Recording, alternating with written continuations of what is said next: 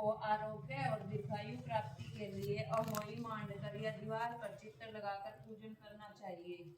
विधि: अहोई का व्रत दिन भर किया जाता है। जिस समय तारामंडल आकाश में उदय हो जाए उस समय वहां पर जल का लोटा रखकर, चांदी की सरायू और 2 गुड़िया रखकर मोली नाल में पिरो लें। तत्पश्चात रोली चावल और होई माता सहित सरायू माता को अर्चे और सीरा आदि का भोग लगाकर कहानी सुने।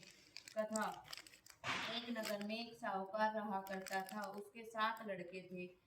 एक दिन उसकी स्त्री खदान में मिट्टी खोदने के लिए गई और ज्यों ही उसने जाकर कुदाली मारी त्यों से ही के बच्चे कुदाली की चोट से सदा के लिए सो गए यानी मर गए।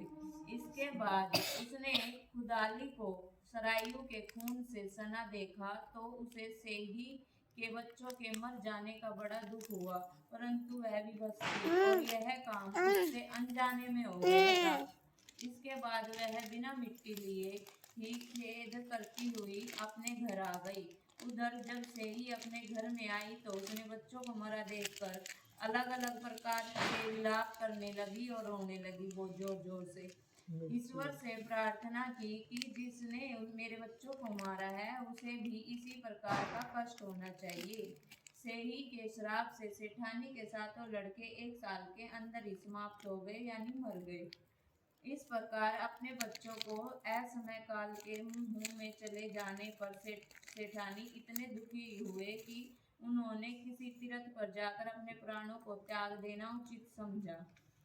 इसके बाद वे घर बार छोड़कर पैदल ही किसी तीर्थ की ओर चल दिए और खाने पीने की ओर कोई ध्यान न देकर जब तक उनमें कुछ भी शक्ति या साहस नहीं रहा तब तक वह चलते रहे। तब वह पूर्णतः अशक्त हो गए तथा मूर्छित होकर गिर पड़े। उनकी यह दशा देखकर भगवान करुणा सागर ने उनको भी मृत्यु से बचाने के लिए उनके पापों का अंत करना चाहा और इसी अवसर पर आकाशवाणी हुई कि हे सेठ, तेरी सेठानी से मिट्टी खोदते समय ध्यान न देकर सेही के बच्चों को मार दिया था।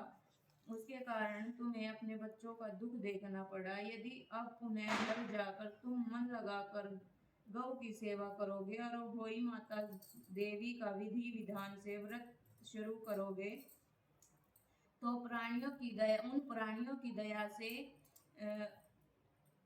प्राणियों की दया रखते हुए सौपन में भी किसी को कष्ट नहीं दोगे तो तुम्हें भगवान की कृपा से पुनः संतान का सुख प्राप्त होगा। इस प्रकार की आकाशवाणी सुनकर सेठ सेठानी कुछ आशावान हो गए और भगवती देवी का स्मरण करते हुए अपने घर को चले आए।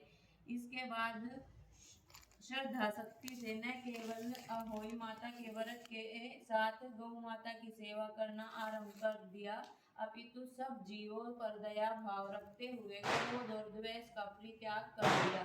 ऐसा करने के पश्चात भगवान की कृपा से सेठ सेठानी दोबारा से 7 पुत्र वाले हो गए और अगणित उनके पोता पोती हो गए। उनके सहित संसार में अलग अलग प्रकारों को वो सुख की भोग करने लगे और उसके बाद वो स्वर्ग चल बसे। ओहोई माता की जय।